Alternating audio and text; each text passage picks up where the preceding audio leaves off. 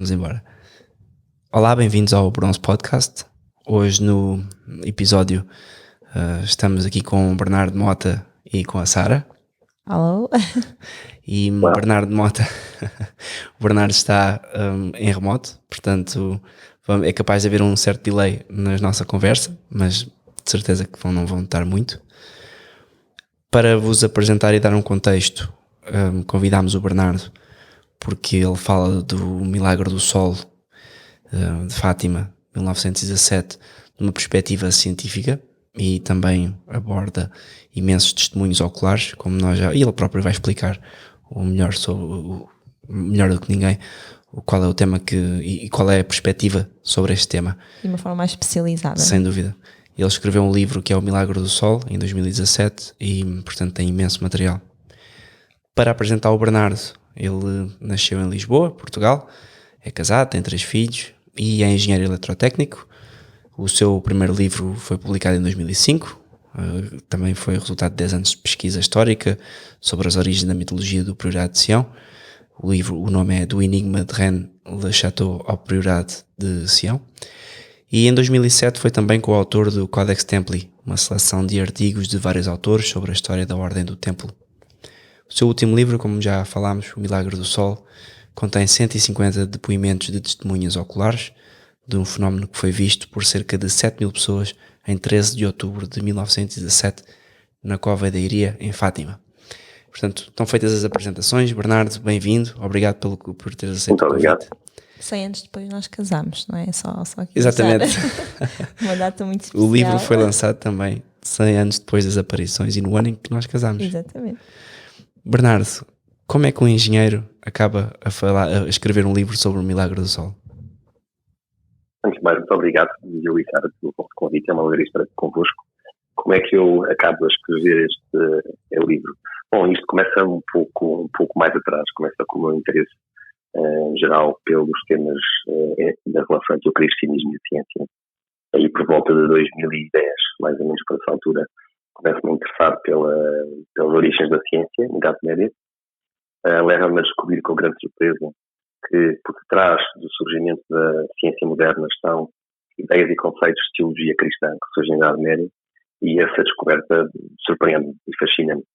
Acabo por descobrir que aquela teoria de que houve sempre conflito entre a Igreja Católica e a ciência é uma teoria que não tem nenhum fundamento histórico, e o que me entusiasma como católico descobrir que afinal não passavam de lendas. E é ao redescobrir as origens cristãs da história da ciência que acaba por passar por temas como os milagres e a relação entre milagres e ciência. Concretamente aqui o Milagre do Sol, eu tomo contacto com ele, curiosamente através da obra de um historiador de ciência que já morreu, o padre Stanley Aki, que era um sacerdote nascido na Hungria, depois naturalizou-se norte-americano e durante muitos anos ensinou a história da ciência, uma das melhores cabeças de história da ciência que nós tivemos no século XX. E o padre Stanley Aki, quando se reformou e deixou de dar aulas, curiosamente quis dedicar o seu tempo de reforma ao Milagre do Sol. E esteve em Portugal, salvo umas 2 vezes, talvez 3, a estudar os arquivos no santuário e a estudar as testemunhas oculares. Por isso eu descobri este tema através de um livro do padre Stanley Aki que se chama God and the Sun at Fatima. E nesse livro descubro uma série de certos de testemunhas oculares que eu nunca tinha ouvido falar. E num livro em inglês, naturalmente eu fiquei a pensar, bom, mas temos aqui certos testemunhas oculares em inglês, quer dizer que o padre Aki traduziu isto certamente de testemunhos em português. E então foi aí que parti à procura desses testemunhos em português. E é difícil, porque me parece que tantas vezes, eu pelo menos noto também, que numa pesquisa online encontramos imensa coisa feita por ingleses, pessoas que não estão cá, e nós portugueses passa-nos um pouco ao lado da questão de Fátima, muitas vezes. Sim, eu acho que tirar estas palavras da boca é mesmo isso. A minha reação à medida que ia procurando as fontes e chegando aos documentos que não se encontram na internet. Exato. Isso é preciso procurar em vários sítios. A minha principal fonte foi a coletânea historiográfica chamada Documentação Crítica de Fátima. É um trabalho de décadas conjunto da Universidade Católica Portuguesa e do Santuário de Fátima. E esta obra conjunta, várias décadas, é feita em cima do trabalho do grande ativista de Fátima, do padre Joaquim Alonso, que já morreu nos anos 80, e que depois foi continuado por uma equipa de historiadores e continua com uma edição a forno lento, porque cada volume contém sempre centenas de documentos. Por isso, neste momento, talvez estamos no volume 12 ou 13, por aí, e estamos ainda na década de 50, portanto, ainda há muitos documentos para publicar. E o que eu fiz foi basear-me nessa coletânea e em obras que se encontram em alfarrabistas, ou melhor, que se encontram com alguma sorte em alfarrabistas, junto com algumas cartas familiares, e juntei então 150 testemunhas oculares através das várias fontes. Mas dizias, Diogo, com razão, que na internet encontramos apenas uma única testemunha traduzida para inglês, bastante extensa. É uma testemunha bastante boa, que é do advogado José Magalhães da Carreira. Mas existem muitas mais, como aliás o meu livro mostra. E curiosamente, quando nós ouvimos falar sobre Fátima, aqui em Portugal, e na comunicação social, nos meios sociais, nas redes sociais, nós temos sempre muito de opinadores, não é? Muita gente com opinião tipicamente cética acerca de Fátima, mas estas opiniões não estão ancoradas em documentos, não estão baseadas em factos históricos, em trabalhos históricos. Então, o comum dos mortais é bombardeado com opiniões superficiais sobre o tema. E eu quis fazer o contrário. Fátima é tudo um embuste. Fátima é sim, tudo inventado, uma invenção. Sim, que é uma mistificação, que é uma invenção para enganar o povo, praticamente isso. E lendo os documentos originais, eu descobri algo completamente diferente. Descobri uma série de evidências de que Fátima para já que o Milagre do Sol é o grande milagre pós-bíblico que nós temos, dado o volume de testemunhas oculares presenciais que nós temos para listar e para descrever aquilo que viram. É um milagre mais atestado de sermos pós-bíblicos. E por outro lado, a importância que tem a mensagem de Fátima para Portugal e para a história do mundo. Sem dúvida, sem dúvida. Então, como é que tu começaste? Já percebemos como é que foste ter ao assunto de Fátima e por onde é que começaste? Porque há tanta coisa, ou seja, deves ter encontrado tanto material. Qual é que foi a primeira grande conclusão, o primeiro grande passo que deste nesta investigação? Eu peguei no tema de Fátima precisamente pelo Milagre do Sol. E quando eu peguei nele, eu não era provavelmente uma pessoa devota de Fátima, devo admitir. Um católico já o era, uns bons anos antes. A minha conversão ao catolicismo foi nos meus 20 anos, por aí. Apesar de ter uma educação católica, uma educação católica relativamente média, sem muita profundidade, e descobri a católica com mais convicção e com mais certeza intelectual por volta dos meus 20 anos, 20, 25, 26, 27 anos por aí. E durante algum tempo não liguei muito a Fátima, vou ser sincero. E redescobri Fátima, ou não descobri, porque na verdade nunca tinha descoberto Fátima antes, descobri que era Fátima precisamente com o Milagre do Sol. Para mim, o Milagre do Sol, o estudo do Milagre do Sol foi a porta de entrada para o tema de Fátima. Publicado este livro há 10 anos atrás, o que eu estou a fazer neste momento, nos meus tempos livres, é estudar a mensagem propriamente dita, fazendo um trabalho parecido, ou seja, recolha de documentos e preparação de conteúdos para os disponibilizar também online, porque é uma necessidade que eu vejo muitas vezes, é um material que existe. Sim. É pouco, as traduções por vezes não são muito boas para inglês, porque as pessoas não falam português nativo, portanto as traduções por vezes não são muito boas, e acho que é uma obrigação de qualquer católico português, não, que tem interesse por estes temas de fazer traduções de qualidade e de trazer informação ao conhecimento de todas as pessoas, onde quer que vivam, porque Fátima é um fenómeno à escala mundial. Os portugueses por vezes não têm noção da dimensão que Fátima tem fora de Portugal. E para a Igreja também. E por isso, neste momento o meu interesse está na mensagem, mais especificamente no famoso segredo de Fátima, e tenho a esperança, o desejo, o sonho de um dia, se Deus quiser, escrever um livro sobre esse tema, mas isso está ainda bastante longe. Ou seja, já não estamos só no Milagre do Sol, já acabaste por te interessar por outras coisas e agora o segredo de Fátima, quando dizes o segredo é o terceiro segredo possivelmente não revelado, ou todos eles? Sim, é o segredo em 3 partes, sim, do qual a terceira parte foi revelada, parte explicitamente e parte não explicitamente, é a minha opinião. E podemos depois, no final da nossa conversa, podemos dividir um pouco aí Mas para mim o Milagre do Sol teve este efeito, foi o selo de autenticidade que eu, pelo menos, precisava, com a minha fraca fé, para perceber que a mensagem é importante. O estar convencido que o Milagre do Sol era um real milagre permitiu-me ir atrás da mensagem, estudá-la, lê-la com outro apetite, com outro interesse, e depois a mensagem seduziu-me completamente. Seduziu-me e fascinou-me, e fascina-me completamente. Bernardo, então, cronologicamente falando, qual é que foi a primeira aparição de Nossa Senhora? Né? Portanto, foi em 1917. Se há alguns dados, se conseguiste. Como é que sabemos que foi, portanto, concretamente essa data? Qual é que evidencia mais, portanto, o 13 de maio? 1917 eu acho que é importante começarmos pelas datas, para quem não tem estas datas na cabeça, regressar 100 anos atrás ao Portugal da Primeira República. Nós estamos num país que vive um regime pós-monárquico, um regime republicano fortemente anticlerical. Não há muito tempo, não é? Foi há muito tempo. Sim, bastante recente, estamos no 7º ano de um governo republicano, da Primeira República, um governo fortemente anticlerical, que rapidamente faz esforços legislativos e sociais para extinguir a religião católica do país, o que não era fácil, como podemos imaginar, não é? É uma tarefa que não era fácil. O primeiro-ministro Afonso Costa queria fazê-lo, naturalmente não foi bem sucedido, como nós sabemos, não é?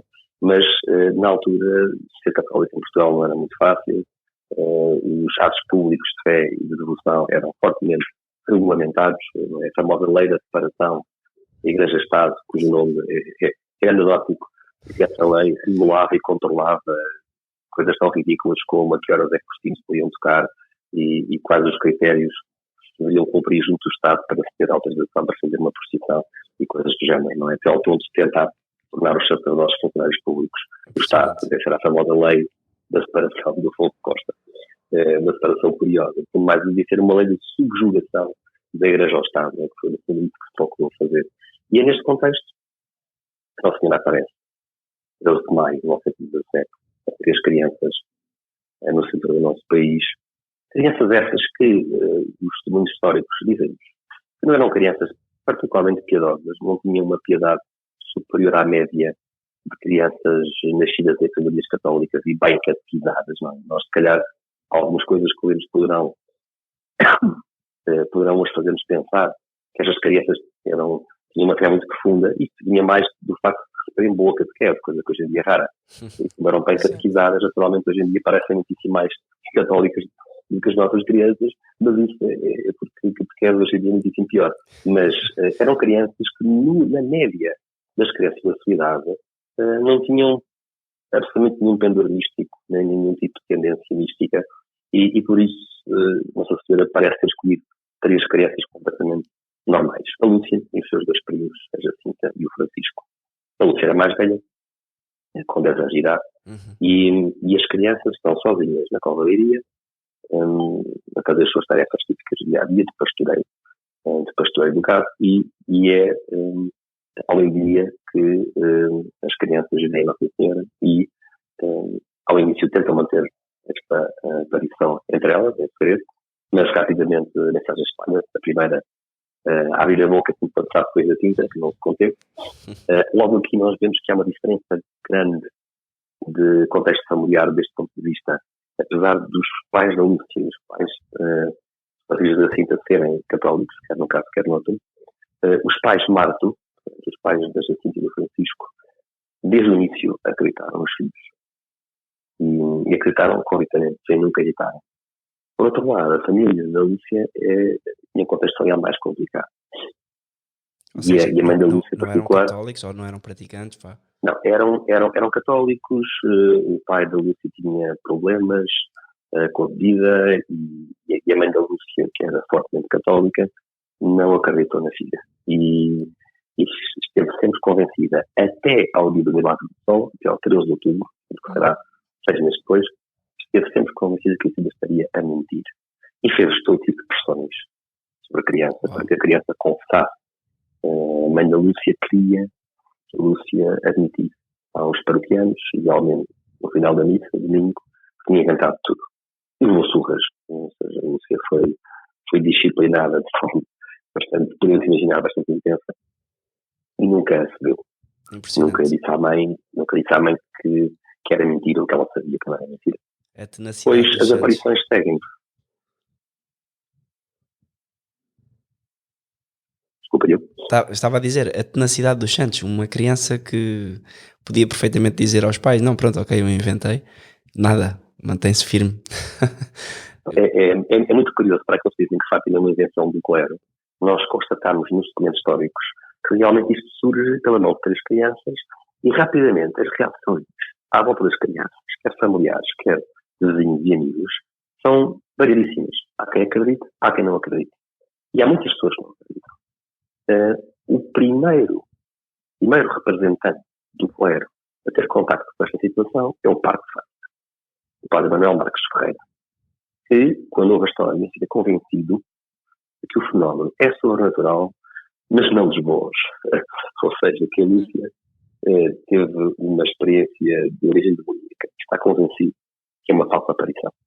Uhum. Ou seja, temos aqui o primeiro protagonista nuclear, não é? E é um protagonista que está completamente contra qualquer coisa boa que possa vir deste fenómeno e que procura encontrar na criança e nos testemunhos da Lúcia e dos seus primos sinais de que este fenómeno não aconteceu, ou se aconteceu tem uma origem demoníaca. Portanto, este é um contexto extremamente hostil. Certo. E as crianças têm quem os apoie, mas também tem muita gente no início que está contra e que discorda e a polémica instala-se e espalha-se pelos arredores e vai rapidamente chegar a todos os cantos do país. Nós, a 13 de junho, no dia da segunda aparição, nós sabemos que estavam entre 50 a 70 pessoas com as crianças, vindas das redondezas, ainda para já vindas das redondezas, mas, por exemplo, na terceira aparição, 13 de julho, que é a aparição na qual as crianças dizem que recebem o famoso segredo de Nossa Senhora,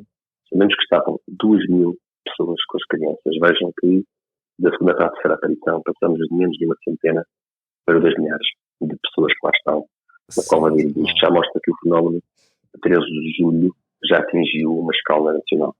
Sim, e não estamos não há internet, não há carros, ou pelo menos já é para muito pouca. Como é que as pessoas... Há muito poucos carros, já há carros, mas há muito poucos carros. Era boca a boca? Era cartas trocadas? Era boca a boca. Começa por ser boca a boca, Sara, mas depois o que acontece é que a imprensa, sobretudo a imprensa das grandes cidades, Lisboa, Porto, Coimbra, a imprensa mais de pendor anticlerical, vai pegar nesta história para fazer sátira. Por isso, a imprensa que corre é de 2 tipos. Nos jornais mais sofisticados, nos jornais mais urbanos, correm sátiras acerca desta mistificação da Igreja. Por outro lado, nos periódicos católicos, as posições já são um bocadinho diferentes. Já há quem faça artigos de apoio, outros artigos mais céticos. Ou seja, os católicos estão divididos em relação a este fenómeno e há muitos católicos que também não querem, por assim dizer, fazer figura demasiado crédula e aparecem nos periódicos católicos com posições céticas em relação a estes acontecimentos. E por isso é o boca a boca, por um lado, por outro lado também é a imprensa católica e não católica que espalha o fenómeno de Fátima em 3 vezes. Basicamente, isto já chegou ao país todo que tenha acesso a jornais e que ouça as novidades de boca a boca. E este segredo de dia 13 de julho é um segredo, é o primeiro, é o segundo, é o terceiro? Qual é que é o primeiro, certo? De acordo com os documentos históricos que são recolhidos em 1917, nós temos acesso apenas ao seguinte. As crianças dizem que receberam um segredo e não podem falar nada sobre ele. Nós só vamos conhecer o conteúdo do segredo de Fátima vários anos mais tarde, nos anos 40, quando a irmã Lúcia, já na sua vida religiosa, vai escrever, a pedido do Pistoleiria, vai escrever as suas memórias e encontramos então o conteúdo desse segredo. O conteúdo da primeira e da segunda parte desse segredo encontramos na terceira e quarta memórias que a irmã Lúcia escreve nos anos 40. Se nós formos aos documentos de 1917, já encontramos evidências de que as crianças falam num segredo revelado no dia 13 de julho, mas ao mesmo tempo as crianças dizem que não têm autorização nenhuma para o revelar. A autorização só depois foi dada mais tarde. Ok, então estamos a falar de um período em que elas já eram crianças, aliás, pronto, dois deles já tinham falecido, só a irmã Lúcia é que vai então divulgar tudo posteriormente ao bispo? Sim, vai revelar depois nos anos 40 em que é que consistia realmente esse segredo em 3 partes. Da terceira parte, a irmã Lúcia vai dizer ao bispo de Leiria que nas suas memórias que a terceira parte não é para revelar apenas quando tiver indicações para tal. Então, Portanto, entramos no famoso tema do terceiro segredo, que na verdade deveria chamar a terceira parte do segredo, porque com rigor histórico, se formos à origem documental de 1917, as crianças falam do segredo. Um segredo com 3 partes. Sim, sem dúvida, mas há um segredo apenas, uma mensagem. Essa mensagem de Fátima, no fundo, tem uma continuidade lógica natural com, por exemplo, a mensagem de Lucas, que é uma mensagem de penitência e de conversão. E a mensagem de Fátima tem tons de urgência. Há também uma mensagem que é transmitida várias décadas depois de Lucas, mas vem na continuidade. E há uma continuidade lógica bastante perfeita entre estas várias aparições e outras aparições, nomeadamente a aparição dos anos 70 em Akita, no Japão, que é também a continuação lógica da aparição de Fátima, e ainda uma aparição também muito interessante, também que estou agora a estudar, acontecida em Roma, que é a aparição de Tre Fontane, no local em Roma. E essas aparições têm uma continuidade lógica, uma mensagem de urgência, de apelo à conversão e avisos muito grandes para a humanidade acerca das consequências de não obter Deus, de não haver arrependimento, de não haver humildade, de não haver conversão. E também se fala, ao longo destas mensagens em continuidade, também se fala de avisos no que diz respeito a uma possível, mas evitável. Ou seja, estas profecias estão sempre condicionais, não é? Ou seja, os avisos são dados, um pouco como nós também, as crianças também avisamos, não é? Se não fizeres isto, vai acontecer isto. São avisos condicionais, não é? Há um aviso condicional que também é aceito no que diz respeito à perda da fé. Ou seja, há em Fátima, a terceira parte do segredo de Fátima, depois confirmado noutras posteriores, este alerta de que há um risco da perda da fé e dá origem está também atento numa frase que a irmã Lúcia escreveu na quarta memória, na sua quarta memória, que é o único cheirinho que a irmã Lúcia dá da terceira parte do segredo, nessa quarta memória, quando ela diz que em Portugal sempre se preservará o dogma da fé. É precisamente aí que começa a terceira parte do segredo de Fátima e já diz tudo, não é? Se em Portugal se preservará sempre o dogma da fé, entendo que existe um aviso acerca da possibilidade de perder esse dogma da fé um pouco por todo lado. Bom, e a verdade é que olhando mesmo para Portugal já não estamos assim muito bem, mas sempre se conservam alguns pontos, sem dúvida, da fé. Então... Sim, e no fundo resta-nos a esperança de que existe sempre em Portugal, que é a terra querida para Nossa Senhora, que existe sempre a esperança de que não se perca tudo, não é? Apesar de haver em Portugal a deterioração que temos no resto do mundo católico, felizmente, acho que hoje em dia é muito complicado negar que haja esta perda, não é? De ver-se um pouco por todo lado, quer nas estatísticas do número de batismos, do número de matrimónios, das estatísticas do número de sacerdotes e de ordenações sacerdotais. Enfim, acho que os números são absolutamente claros, não só não vi que eu não quero. Exatamente. Então, para não também entrarmos em demasiados temas, como é que... Ou seja, o grande milagre do Sol é uma previsão, certo? Aquilo que acontece é que há estas aparições e temos 3 miúdos que se calhar nem têm um entendimento muito bem concreto sobre o que irá acontecer, e se calhar muitos dos temas que Nossa Senhora levanta, ou das palavras, nem sequer o compreendem. Não sei se também apanhaste isso naquilo que estudaste, se há uma parte que quisesses ressalvar naquilo que é dito.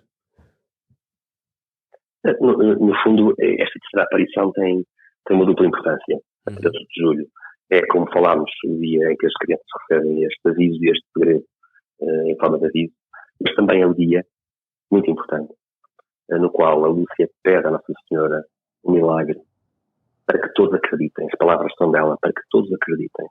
Ora bem, isto mostra-nos, por um lado, claramente que a Lúcia precisava deste milagre, porque havia muita descrença, não é? Ou seja, naturalmente, se o contexto em que este fenómeno de facto aparece fosse um contexto em que tudo foi montado pela Igreja e inventado pelos católicos e toda a gente acreditasse e espalhasse essa tal mistificação, não é? Não havia nenhuma razão para este pedido da Lúcia. A Lúcia, vou voltar à idade dela, não é? A Lúcia, criança com 10 anos de idade, que a esta altura ainda era analfabeta, pede a Nossa Senhora do Milagre, porque é confrontada todos os dias com o ceticismo e em casa com mais do que ceticismo, não é? Como já vimos. E pede a Nossa Senhora do Milagre para que todos acreditem. E nós sabemos, é um facto histórico, há um documento datado do dia 14 de julho, que é o interrogatório que é feito à Lúcia, logo no dia a seguir, à terceira aparição, pelo Parque de Fátima. O Padre Manuel Marcos Ferreira entrevista a Lúcia no dia 14 de julho. E é nesta entrevista, que está documentada, que está registado o pedido que a Lúcia diz que fez. Faça o milagre para que todos se acreditem. Eu estou a citar mesmo textualmente, como ela fez o depoimento. E a resposta que a Lúcia disse que ouviu, e que ficou registada neste documento, é: Nossa Senhora terá respondido, daqui a 3 meses farei então com que todos acreditem. Vamos perceber o que está aqui em jogo.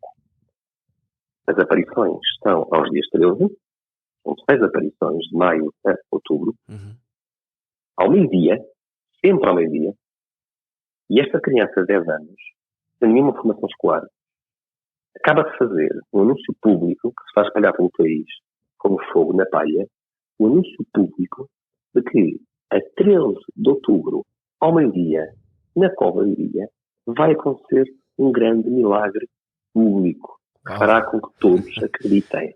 Não é? Certo. E como é que nós vemos o efeito desta previsão no país? Vemos pelos números. Os números são impressionantes. 13 de agosto, não há aparição. Há um pequeno desaire. O Sr. Administrador de Orem, Artur de Oliveira Santos, membro da maçonaria local, decide estragar o arranjinho dos dias 13 e então convida, entre aspas, as crianças para passar uns dias em sua casa. Então a Cova de Iria está cheia de gente, mas não há crianças. Não há crianças, não há aparição. O povo fica um bocado irritado com esta situação. As crianças dizem que Nossa Senhora aparece às crianças sozinhas de 9 de agosto, no Campo dos Balinos. O Senhor diz, inclusive, às crianças que não tivesse acontecido aquele desaire, se o 13 de agosto tivesse decorrido conforme planeado, teria sido um dia em que seria presenciado algo muito espantoso, mas enfim, isso não aconteceu. As crianças foram passar umas férias forçadas à casa do seu administrador. Mas no dia 13 de setembro, quinta aparição, na Cova de Iria estão 10 mil pessoas. O número de pessoas quintuplica desde julho para setembro. 10 mil pessoas estão na Cova de Iria. Ou seja, e a 13 de outubro, espalhar a dia, mensagem. Completamente. E porquê? Por causa do anúncio do milagre. Isto é muito importante.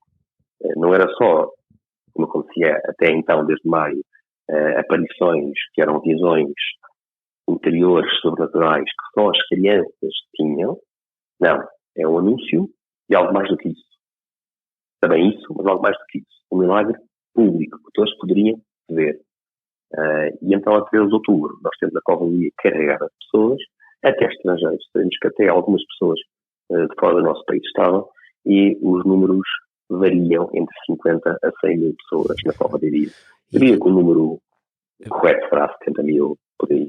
Haveria imprensa estrangeira também, ou só tínhamos imprensa portuguesa?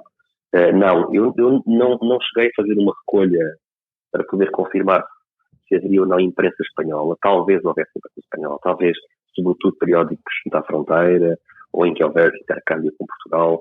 Nunca encontrei imprensa estrangeira da época. Depois, mais tarde, aparecerá, naturalmente, não é? Estas pessoas estrangeiras que lá estavam por várias razões. Havia, por exemplo, uma professora inglesa que era a tutora de uns meninos de uma família lisboeta, por exemplo. São casos destes. Pessoas que estavam por acaso em Portugal, a passagem, de férias, a estudar, e portanto nós temos também testemunhas estrangeiras que atestam o milagre do sol. E há aqui um detalhe, que até agora não tinha referido, que é o detalhe que é comum a todas as 6 aparições, e que é um detalhe que é demasiado complicado para ser inventado. E que é o seguinte: as 3 crianças veem Nossa Senhora. Todavia, o Francisco não ouve rigorosamente nada do que Nossa Senhora fala. Só a Jacinta e a Lúcia é que ouvem Nossa Senhora. Por outro lado, a Jacinta não se dirige a Nossa Senhora, apenas a Lúcia. Este complicómetro dos papéis diferentes que as crianças têm face a Nossa Senhora e também das experiências sensoriais que elas têm, é algo que, se fosse para ser inventado, não ajudaria em nada. Só complica a história. Certo. E é mais um sinal que isto não é uma história inventada. Porque 3 crianças, mesmo que fossem sugeridas por alguém, o mais natural era dizerem que as 3 tinham falado, as 3 tinham ouvido, não é? E há todo este complicómetro que as crianças são completamente coerentes ao afirmar isto. O Francisco não ouviu uma única palavra, Nossa Senhora, em nenhuma das 6 aparições. Uhum. Então chegamos a 3 de outubro, que é o dia do grande milagre do sol. E o palco no qual isto vai decorrer é uma covadeiria que nós temos que imaginar há 100 anos atrás, completamente estampada, vegetação de arbustos, vinheiras e vegetação rasteira. A estrada que levava a Orem já existia, uma estrada bastante primitiva, mas que já permitia a circulação de outros automóveis. Nós sabemos, inclusive pelas chapas fotográficas que chegaram até nós, chegaram-nos 13 chapas fotográficas da autoria do fotógrafo Júlio Roy, de Lisboa, um fotógrafo formado neste setor técnico, e que acompanhou o jornalista Abelindo Almeida, do jornal O Século. Estas 2 pessoas, o Abelindo Almeida e o Júlio Roy, deslocam-se à covadeiria e estão lá no sábado, dia 13 de outubro, para fotografar aquilo que eles achavam que ia ser um fiasco católico do século. Porque quando a fama cresce dessa forma, não é? O fiasco só poderia ser também calamitoso. Não é? E por isso o século envia o seu editor-chefe, o Abelindo Almeida, para tratar os acontecimentos. E realmente este é o cenário. Eles, os 2 tipógrafos, viajam na véspera, sexta-feira, passam a noite já próximo do local, e quando aquela manhã de sábado principia, temos um sábado de outono chuvoso, frio, muito frio. A covadeiria é um lamaçal pegado, lama por todos os lados, e está carregada de povo, que veio de todas as partes do país, como pôde. Os mais afortunados, muito poucos, à boleia do automóvel, ou até que tivesse. A maioria das pessoas transportadas por animal, ou até mesmo a pé, ou até mesmo descalças. Sim. E as fotografias do da Rua mostram essas multidões descalças. E este é o panorama. Porque as imagens o céu está mesmo carregado. As imagens são muito boas, porque curiosamente vê-se que havia na altura, para os fotógrafos, acesso à tecnologia fotográfica de qualidade para a época. As fotografias têm um contraste muito bom. E conseguimos ver as multidões, conseguimos perceber até que a cova é mesmo uma depressão. A covadeiria é uma espécie de uma taça, não é? Que afunda no meio e onde as pessoas estão basicamente todas ao molho, com os guarda-chuvas abertos, quem os tem, a apanhar com a chuva que cai desde madrugada e aproxima-se do meio-dia. E agora há um detalhe importante sobre as horas. O meio-dia solar é a hora anunciada conforme acontece com todas as aparições. Por vezes os mais céticos gostam de implicar com as discrepâncias horárias, mas é preciso perceber que havia várias horas em vigor à altura. Pelo menos a hora que o povo usava era a hora do sol, e a hora legal de Lisboa, que era uma hora que constava de cerca de 1h15 à frente da hora solar, por razões da participação de Portugal na Primeira Guerra Mundial e de Portugal alinhar a sua hora com os seus aliados. E por isso a hora de Lisboa seria 1h15, mais coisa menos coisa. A covadeiria era cerca de meio-dia, quando a população, quando as pessoas estão lá à espera que o fenómeno comece. E o ambiente fica muito tenso, não só pelas circunstâncias meteorológicas, mas porque chega ao meio-dia e havia pessoas que estavam no local e que se faziam acompanhar de relógios, não é? E pessoas que vinham das cidades, né? Que utilizavam relógios das suas profissões, médicos e advogados, são pessoas que têm relógios de bolso, não é? E que têm normalmente os relógios acertados, e chega ao meio-dia e começa a criar-se uma tensão em torno das crianças. Inclusive, há uma das pessoas, um sacerdote, cujo nome, não sei se ficou para a história, mas fala-se um sacerdote que terá puxado o seu relógio de bolso e ter-se virado para a Lúcia e terá dito: minha menina, Nossa Senhora não se atrasa. E, portanto, a pressão sobre as crianças era fortíssima. E terão passado uns poucos minutos, talvez 2, talvez 3 minutos de uma dia solar, quando acontece algo que é absolutamente inacreditável. O fenómeno solar começa, mas começa apenas quando a Lúcia diz, e ao sinal da Lúcia. O que eu quero dizer com isto? É quando a Lúcia diz para as pessoas olharem para o Sol, que as pessoas, número 1, fecham os guarda-chuvas, e número 2, olham para o Sol, e só então o fenómeno começa. Este encadeamento cronológico pode ser retirado das testemunhas oculares, dos documentos que chegaram até nós. E este encadeamento é absolutamente imprescindível para se compreender o que aconteceu. Ou seja, nós não estamos perante um fenómeno exótico que começou e depois a Lúcia aproveitou-se e disse que aquilo era um milagre. Não foi assim. Foi ao contrário. A Lúcia deu o sinal de que era para fechar os guarda-chuvas e olhar para o Sol. E é então que o fenómeno começa. Nós, inclusive, temos acesso a depoimentos, a vários, eu vou ler apenas um. Pessoas que estavam muito próximas da Lúcia e da sua mãe. Temos uma senhora, Maria da Rosa Pereira, que morava no Casal da Fonte, e que cerca de um mês depois do Milagre do Sol faz o seguinte depoimento. Eu vou ler apenas um excerto. Em seguida, ouvi a Lúcia fazer esta pergunta: o que é que você quer? A Lúcia falar com a Nossa Senhora. Porque as pessoas ouviam a voz da Lúcia, né? Não ouviam a Nossa Senhora. Sim. Você disse que no dia de hoje, que é 13 de outubro, me diria o que queria. Calou-se um momento e logo acrescentou: pois sim, mas se você não fizer um milagre, o povo diz que é mentira. A Lúcia estava preocupada, Claro. o milagre não começasse. Era só para recordar, não é? Só como quem não quer a coisa, era só para recordar que é dia 13, não é? Ou seja, o pois sim deve ser, pois isso é muito bonito, mas se você não fizer algum milagre, Pois, eu é que o estou povo... aqui. Sim, eu vou estar aqui em apuros, não é? Vou estar aqui em apuros. Depois calou-se um pouco. Em seguida disse: mas o que é que eu hei de pedir? No fundo, percebe-se que Nossa Senhora deu-lhe uma oportunidade para pedir alguma coisa. Pedia que Vossa Senhora salvasse este povo todo e o levasse para o céu e que curasse estes enfermos. Esta senhora depois diz que nesta ocasião muitas pessoas começaram a pedir o que se entende, não é? Quer dizer, se ouvem a criança está a receber a Nossa Senhora uma autorização para fazer pedidos, não é? Então, à volta da luz, toda a gente sabe fazer pedidos, não é? Naturalmente. Depois diz a Lúcia o seguinte, diz esta senhora que a Lúcia diz o seguinte: eu já te vim falar várias vezes e nunca lhe perguntei como se chamava. Depois de ouvir a resposta, a Lúcia proclamou: é a Senhora do Rosário.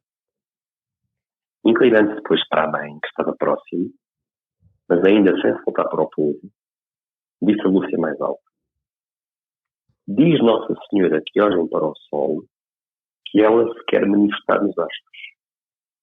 Então, temos aqui uma senhora que estava próxima da Lúcia e da mãe, e que ouviu a Lúcia dizer à mãe que Nossa Senhora queria que olhassem para o Sol, porque ela se iria manifestar nos astros.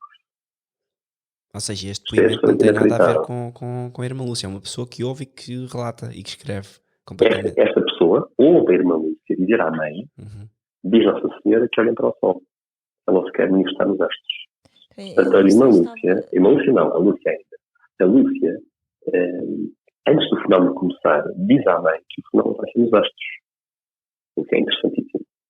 Sim, não estamos a falar de uma coisa... Não foi um aproveitamento de uma situação... Estrada, ou seja, a acreditar nesta senhora Maria da própria Pereira, não, vamos apreciar o depoimento dela, a acreditar no depoimento dela, a Lúcia faz um aviso do fenómeno, instantes antes do fenómeno começar, e diz o que é que vai ser visto. Vai ser no Sol. Nossa Senhora vai manifestar os astros. A Lúcia estava a falar com Nossa Senhora naquele momento, estava a receber algum tipo de ordem, Nossa Senhora. Estava em não é? conversa. Estava em conversa, exatamente. Estava em conversa e recebeu este recado a dizer: é agora que vem o grande sinal, e vai ser no sol, e vou manifestar nos astros, imaginamos nós, para ouvir a Lúcia. E o que é que acontece? E o que é que acontece?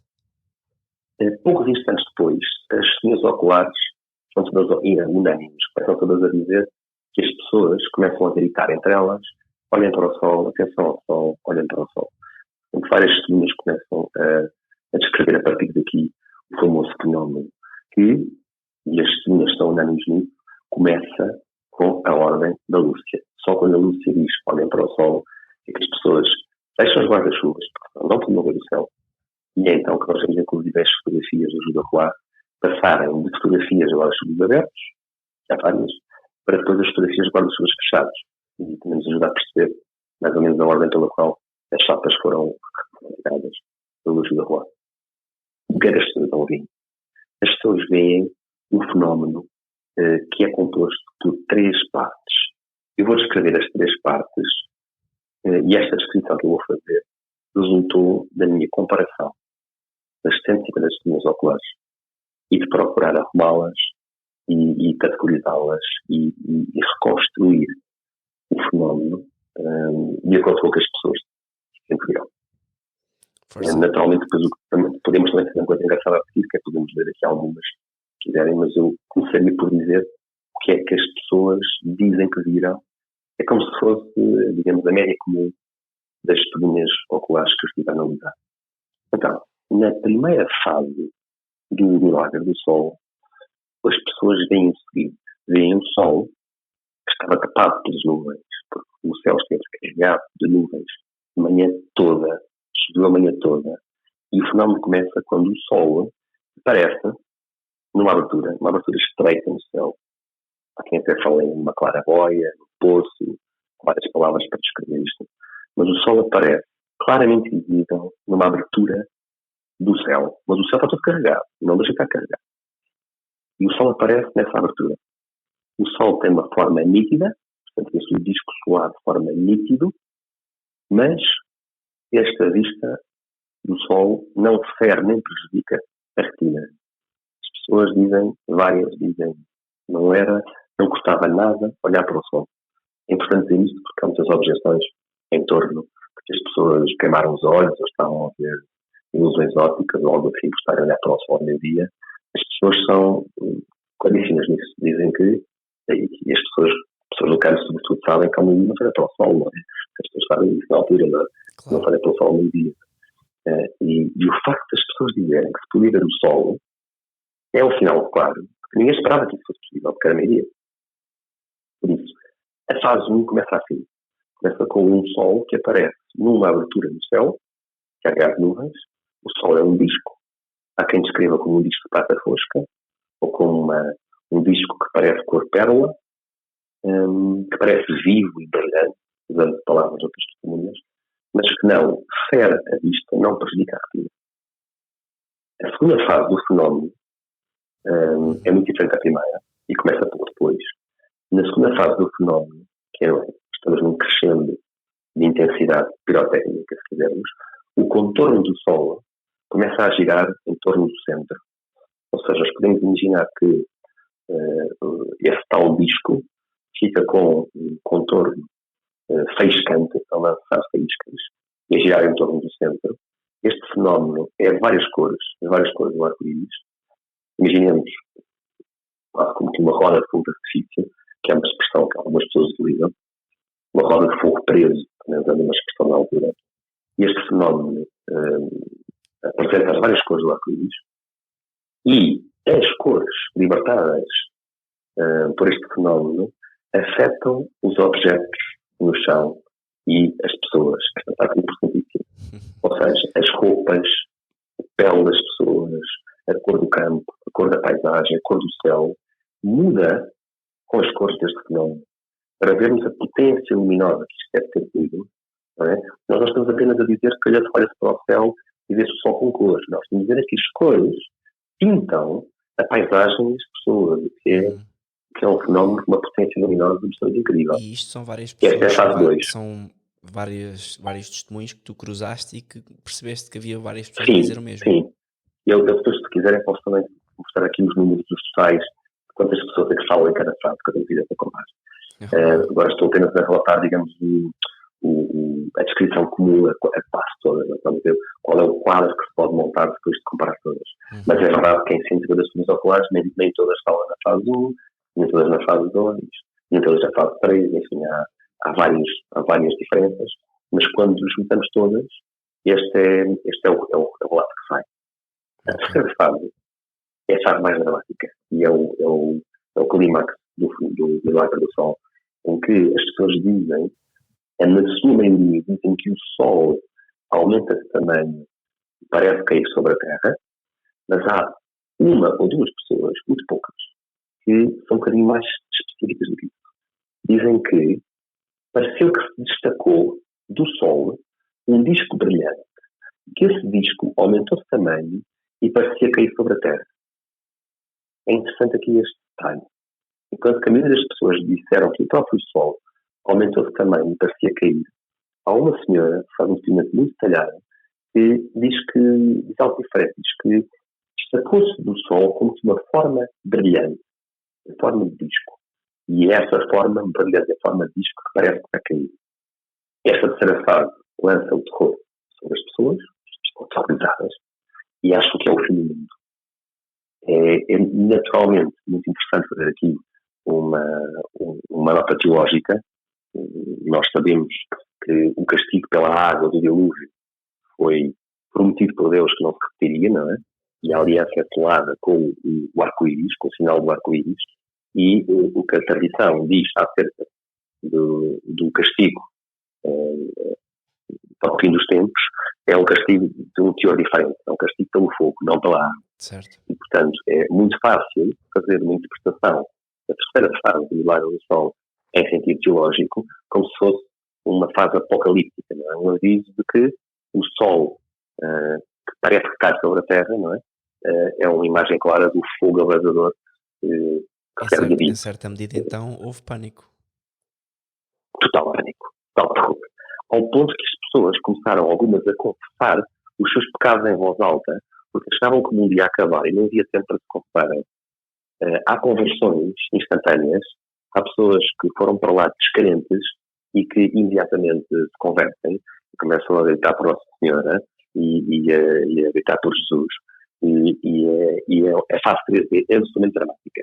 Estas três fases, no total, o fenómeno no todo, dura entre 8 a 10 minutos, de acordo com comparando as durações que as pessoas referem.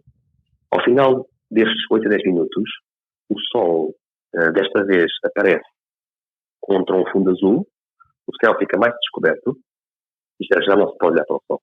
Dizem que a partir de cerca de 10 minutos depois de ter começado, o fenómeno termina e as pessoas começam em desbandada porque o fenómeno terminou de certeza, já ninguém consegue olhar para o Sol, porque o Sol voltou a estar brilhante e como é meio-dia e 10, meio-dia e 15, não é meio-dia e 15 solares, não se pode olhar para o Sol e as pessoas vão-se embora absolutamente espantadas com isto e transformadas na sua maioria. Um detalhe muito importante, ou melhor, dois detalhes importantes que acompanham este fenómeno e que eu também comento no meu livro, e várias pessoas relatam que as suas roupas que estavam ensopadas da manhã ficaram secas demasiado depressa.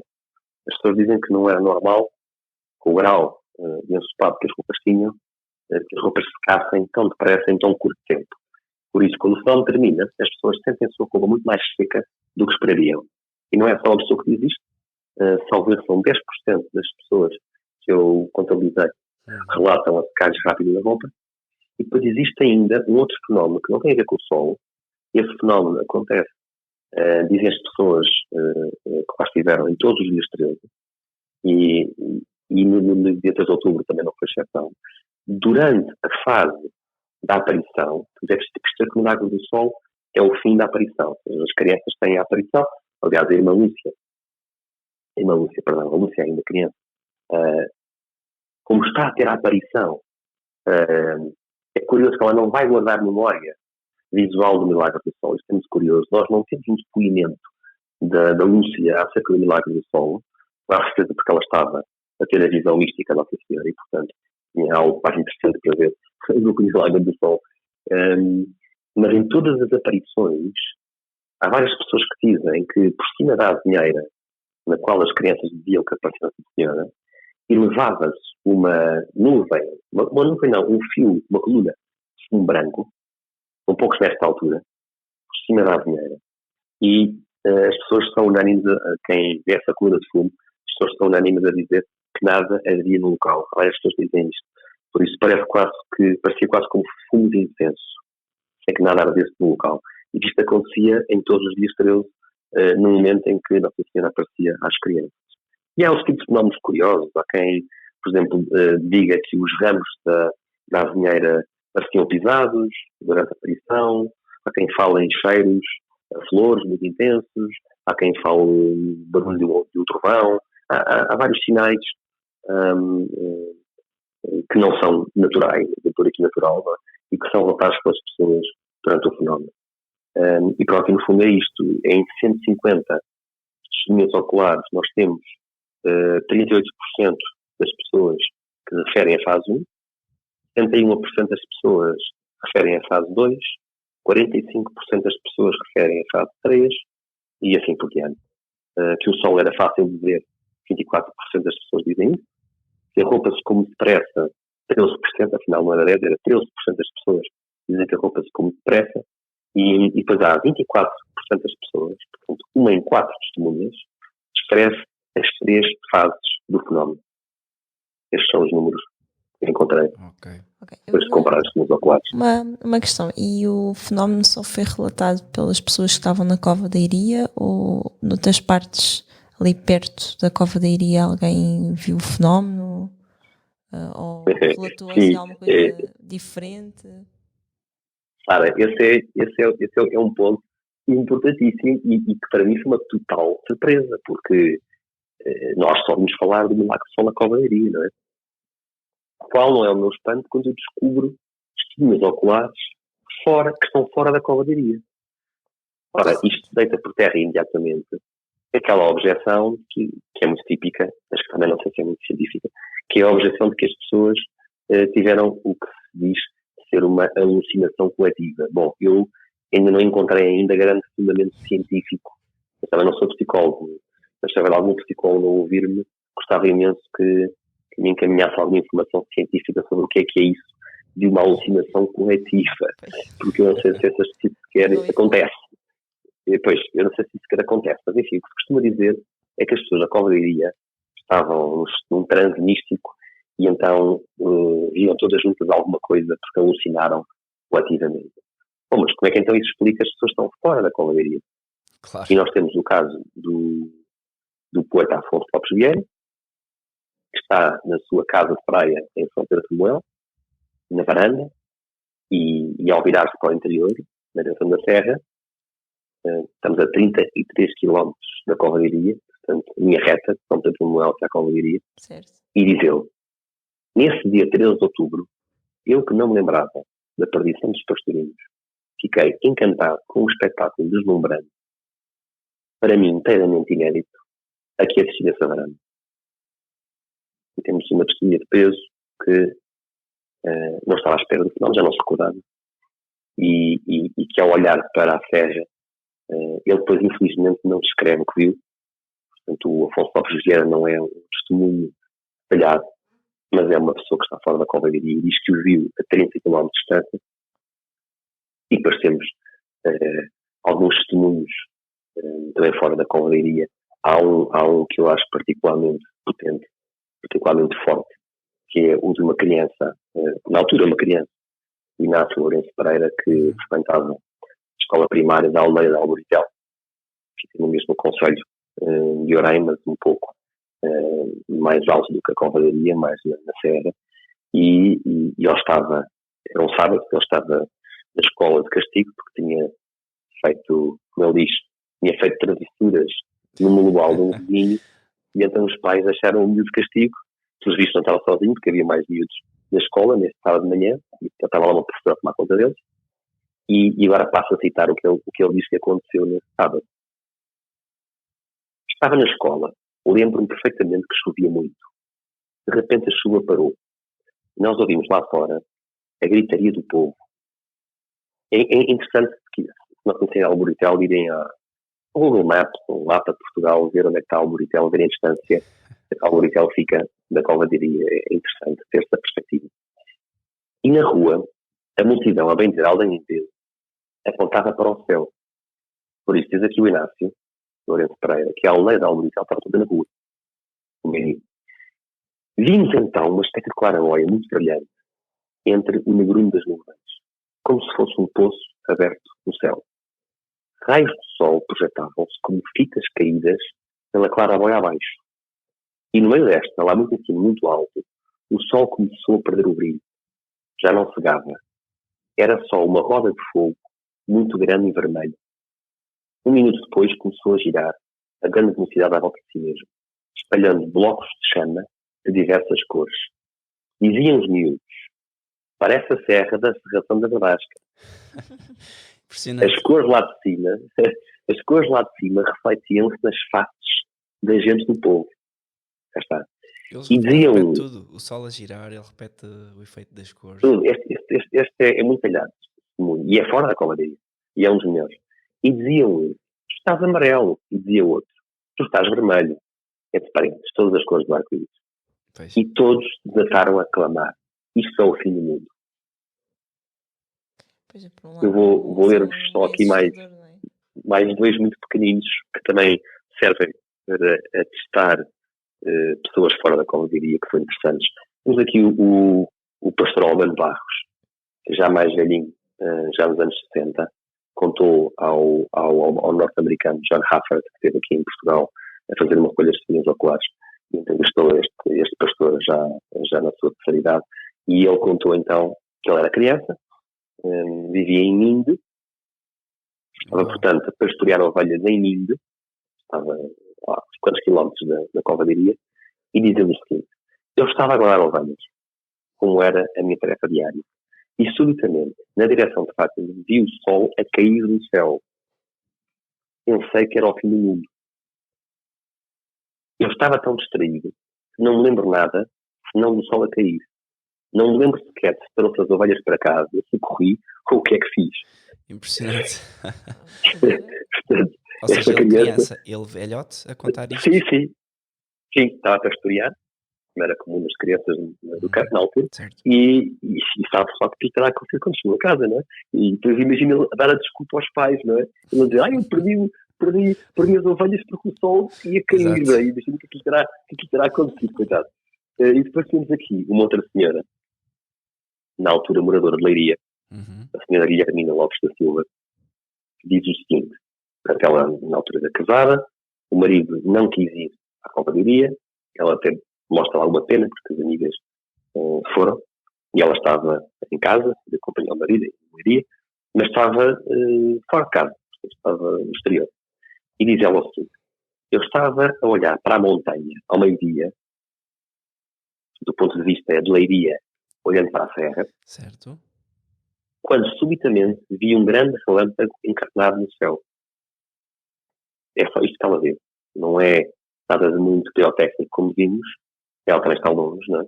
Mas vemos que ela destaca e dá nota de que o céu ficou de cor encarnada, como se fosse um grande relâmpago. O que isto nos mostra é que as pessoas estão a ver algo muito real. O Milagre do Sol não é uma visão interior, nem é algo que às vezes se diz: Deus deu a quem quis uma visão. Não. Isto é uma coisa muito objetiva, muito externa. Os olhos viram isto de vários ângulos. Certo, pois as pessoas também contam conforme o que viram e a sua capacidade expressiva. Claro, isso aí acontece sempre, não é? E até é credível que assim seja, se as pessoas tiverem discrepâncias face ao que viram. Não é? E as diferenças até nos ajudam a perceber melhor o que aconteceu. Porque se este fenómeno, como eu acho que foi, e se quiserem passaríamos essa parte agora de uma tentativa de explicar o que é que foi visto, não é? Sim, explicar o processo que foi visto, o mecanismo que foi visto. Se realmente as pessoas veem este fenómeno na Cova de Iria e arredores, mas não veem em outros locais, por exemplo, nós não temos testemunhas oculares do sul do Tejo, não temos testemunhas oculares em Lisboa, Não temos testemunhas oculares no Porto, apesar de termos algumas em Torres Novas e tão a norte como na Praia da Granja, mas no Porto, por exemplo, já não temos, nem em Trás-os-Montes. Isto mostra-nos que o fenómeno teve um alcance geográfico relativamente limitado. Sim, foi local, foi regional, vá. Exatamente. E isso, partindo do pressuposto que é um fenómeno visível com os sentidos, não é?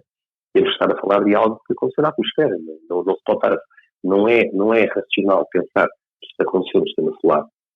Porque se isto acontece no sistema solar, para já, se o Sol é uma estrela da galáxia da Via Láctea, não é? Circula em torno do centro da Via Láctea, que é uma galáxia muito grande.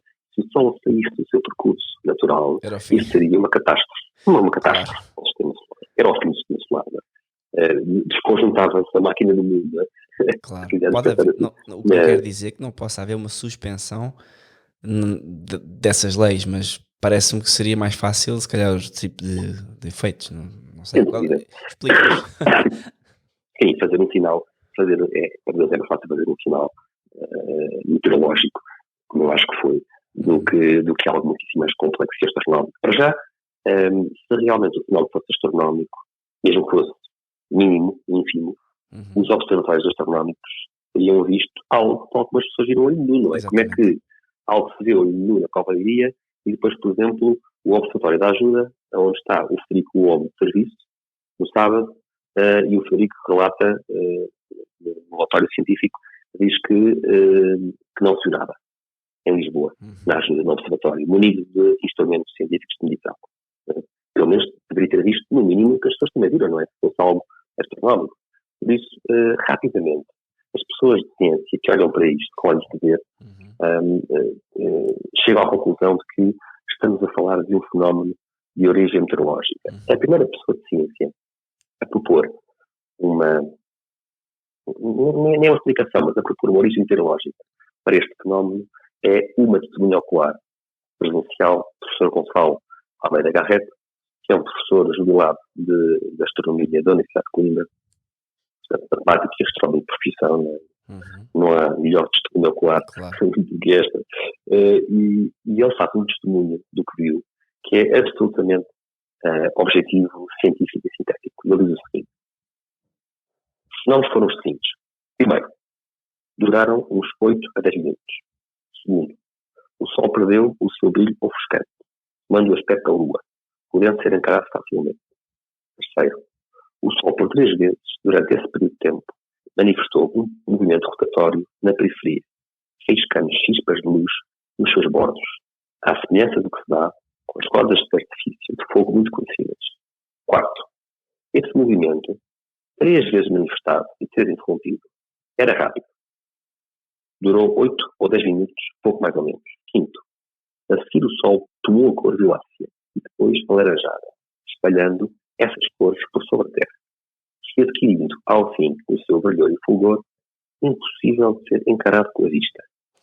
Sexto, foi pouco depois do meio-dia e perto do zénite, o que é importantíssimo, que estes factos se deram.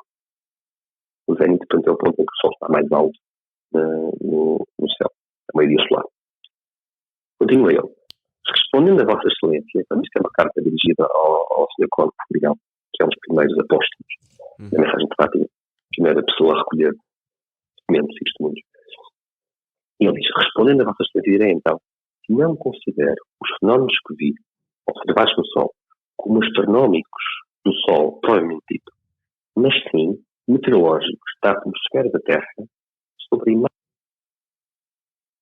enquanto à cor e aspecto do brilho semelhante à Lua, e também quanto à vista da rotação.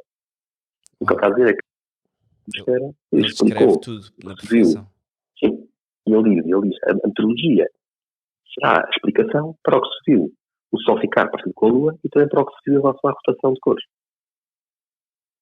Okay. E depois ele acaba a sua carta falando naquela famosa nuvem de fumo. É curioso porque este que é o primeiro homem de ciência a comentar, como se me ocorre, o milagre do Sol, também é a primeira pessoa a fazer um estudo científico das famosas nuvens de fumo que apareciam sobre a Azinheira. E diz ele acerca disso: diz que no local das aparições todas, no momento em que elas se manifestavam, elevava-se sempre uma nuvem ao céu, partindo da Terra. E mais se diz que a nuvem foi mais intensa no dia em que as crianças estavam presas, portanto, 13 de agosto. É um fenómeno repetido 6 vezes. Na última aparição, viu toda a minha família a nuvem. E como estava a alguma distância, julgaram que havia lume incenso no local. Por uma pessoa minha parenta e por outras que estavam perto das crianças, verificou-se não haver lume algum. Temos aqui então o professor Gonçalo Almeida Carreto, testemunho ocular do Milagre do Sol, cientista de profissão, já reformado, a propor uma explicação meteorológica E a descrever o fenómeno. criticado por essa posição? Ele teve uma polémica muito grande num jornal católico, no jornal A Ordem, envolveu-se numa pega feia com o Dr. Pinto Coelho, também ele católico, acerca do que se passou. O Dr. Pinto Coelho escreveu algumas cartas para o jornal A Ordem a desvalorizar o que foi visto. E eles envolveram-se numa pega intelectual Sem estar presente. Estava presente? Não estava presente. O Diogo Pinto Coelho estava presente. O Diogo Pinto Coelho não nega o milagre do sol. O que ele diz é que ele diz que ele depois, uns dias depois, viu a mesma coisa. E envolve esse nome, não pega por causa disso. Okay. Porque o professor Gonçalo Almeida Garrett exige testemunhas oculares que atestem que ele viu a repetição de. Porque, no fundo, se isto é uma coisa que se repete, não é? Que se vê, que se repete, mesmo sem aviso nenhum, não é? Isso desvaloriza, obviamente, o milagre. E então, cria-se aqui uma polémica entre os dois, e essa polémica vai encher as páginas do jornal A Ordem, e hoje em dia pode ser lida, porque esses textos também existem. E é muito interessante ver, entre católicos também, como isto era uma discussão viva, não é? Que havia opiniões muito dispares. E o que é que seria essa nuvem ou esse fumo branco, Bernardo? Era o quê? Tinha alguma ideia? Desculpa, Sara, por isso só repito. Portanto, o fumo branco que viam junto aos pastorinhos, o que é que seria? Sim, foi descrito. O professor Gonçalo Almeida Garrett, quando estuda este fenómeno, ele publica um estudo sobre isso, um estudo científico sobre isso. Sim. Ele chega às seguintes conclusões. Ele diz que não há ninguém a atestar este fenómeno fora dos dias 13. Ele só acontece nos 6 dias 13. E também atesta que nada havia no local, que não havia combustão. E a conclusão é que ele chega que o fenómeno só pode ter origem sobrenatural. Certo, agora, mas não define o que é que possa ser, não há... Não, ele diz no fundo que é uma manifestação do sagrado que acontece para marcar o continente. Portanto, ele diz que se isto fosse natural, teria que acontecer outros dias, tantas horas, então teria que haver um mecanismo natural qualquer que explicasse porque é que ao meio-dia, nos dias 13, aquilo aparecia lá. Porquê? Ele estuda várias hipóteses de gases, livros de combustão. Ele estuda combustão química, combustão orgânica, procura explicar por várias teses. Mas nenhuma das teses explica que é só os dias 13, não faz sentido. Muito bem. Só podia ser, de facto, sobrenatural, não é? E há mais contradições entre os testemunhos, ou seja, pessoas que, como Diogo Pinto Coelho, que foram manifestamente contra a ideia de que era um fenómeno isolado? Nós encontramos, eu encontrei nestas 150 testemunhas, encontrei algumas testemunhas problemáticas, que eu chamo de problemáticas. Encontrei 2 senhoras católicas, claramente católicas, que atendiam a ver. Estas senhoras deixaram testemunhos algo deixam perplexidade porque não correspondem com o que todos digam. A senhora Linor Soleil Manuel, por exemplo, diz que não vi então nada no sol, não vi nada que justificasse tudo o que eu vi à minha volta. Mas, no entanto, tudo o que eu tinha vendo desde 10 da manhã eram bastante para eu continuar a crer. Certo. Esta senhora não dá muitos detalhes, diz apenas que não via nada do que os outros viam. Isto muito claramente é contrário ao fenómeno espetacular que eu acabei de descrever. Há uma outra senhora, Isabel Bernardo Mel, que diz que perto de mim, diz que viu-se perto de mim, milhares de pessoas afirmaram ter visto, portanto ela no fundo confirma que à volta dela toda a gente via, mas depois ela diz, eu não vi, eu pude fixar bem o sol e estava terrivelmente, ouvir todas as pessoas declarar que viam sinais extraordinários no céu. É que Nosso Senhor não me considerou digna de ver estes fenómenos. Mas na minha alma eu não tinha necessidade de os ver, a acreditar na aparição de Santa Virgem às crianças. Eu não tenho explicação para isto, não é? Existem duas senhoras católicas que dizem que não viram que os outros viram. Sim. Curiosamente, no caso desta senhora Isabel Melo, ela diz que estava terrivelmente emocionada. Ora, eu não sou psicólogo, e portanto não sei o que é que poderia tentar hipotetizar no estado de uma pessoa terrivelmente emocionada, como ela diz, não é? Mas, no fundo, temos aqui também estes depoimentos. Agora, a força estatística é claramente a favor de um fenómeno que todas as pessoas viram, não é? Apesar de haver estas pessoas que dizem que não viram que os outros viram. Mas lá está, é preciso também ter um pouco... Mas é preciso ter aqui um pouco de cuidado também, porque quando uma pessoa diz eu não vi o que os outros viram, esta pessoa também não está a dizer detalhadamente o que é que não viu e o que é que viu. Ou seja, isto daria aqui origem para uma grande e complexa análise documental, não é? Porque no fundo ela está a fazer uma negação genérica, não é? Por exemplo, há uma outra pessoa, que é o José Alves também, que é uma pessoa que é recebida por vezes como uma pessoa que estava lá e não viu, não é? E no testemunho dele tem aqui uma pequena coisa subtil. Ele diz assim, isto é um depoimento que ele fez, portanto não é na voz dele, é da pessoa que o ouviu, já em depoimento. Então diz assim, quase todos os meses José Alves foi lá no dia 13 depois de maio e não viu nada. Só ouvia dizer, ou seja, só isso. Só ouvia dizer aos outros, só ouvia dizer aos outros que viam coisas no céu. Mas se repararam, isto começa por dizer quase todos os meses. Certo. Quase todos os meses. Então, isso inclui 3 de outubro ou não? Pois, não sabe. Seja, fica no ar. Pronto, às vezes eu acabei de vos referir os depoimentos problemáticos. E já agora há mais um, é o quarto, que eu falei que havia 4 problemáticos. O quarto é um senhor chamado Manuel Brites, que escreveu uma nota microscópica, curtíssima, que guardou no bolso, e esse papel onde ele escreveu essa nota, a certa altura diz o seguinte: o que se viu da aparição foi só o Sol escurecer por espaço de um quarto de hora. Uau. É isto. Quase como um eclipse. É um bocadinho desanimador, mas também não nega provavelmente o fenómeno, não é? Não tem quase detalhes nenhums. E curiosamente o que ele diz é o que se viu da aparição. Uma das possíveis explicações que eu me lembrei, que poderia explicar isto, é que se calhar este senhor vinha à procura de ter uma aparição sobrenatural, não é? Uhum. E viu um fenómeno meteorológico bonito, mas se calhar assim queria mais do que isso, para ficar bonito, e queria que a Nossa Senhora não viu, não é? Sim, porque Senhora... tu estás a contar, a grande questão aqui não é a beleza da aparição, não é a beleza do fenómeno, aqui o que está, a meu ver, pelo que estás a dizer, a ser completamente transcendente, é a Irmã Lúcia, que fala, que conversa, e tudo começa quando ela fala, tudo começa quando ela explica o que está, o que é que as pessoas devem fazer. Esse é o grande, pelo menos aquilo que me está a surpreender, porque não é o efeito. No fundo, a Irmã Lúcia, o papel dela é transmitir avisos claros do céu, para que as pessoas mudem a sua vida, não é? E ela faz aqui claramente 3 avisos individuais a cada pessoa, não é? A primeira parte do segredo do inferno existe, não está vazio. As pessoas têm que se emendar, têm que se converter, têm que fazer o que puderem para salvar a sua alma. Esse é o primeiro recado do céu. O segundo recado do céu é às nações. As nações abandonam Deus, abandonam os símbolos religiosos, perseguem a religião verdadeira, perseguem os cristãos. Deus não gosta disso e como consequência haverá sofrimento e muitas guerras, mas o segundo recado é às nações.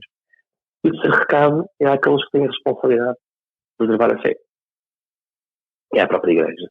É o recado que o dogma da fé é para ser preservado e não para ser deteriorado e esquecido. Está aqui uma terceira parte desse recado do céu que é muito importante, não é? E esta criança precisa de sinais de credibilidade, ela não está a mentir, e pede um sinal forte, um selo de autenticidade.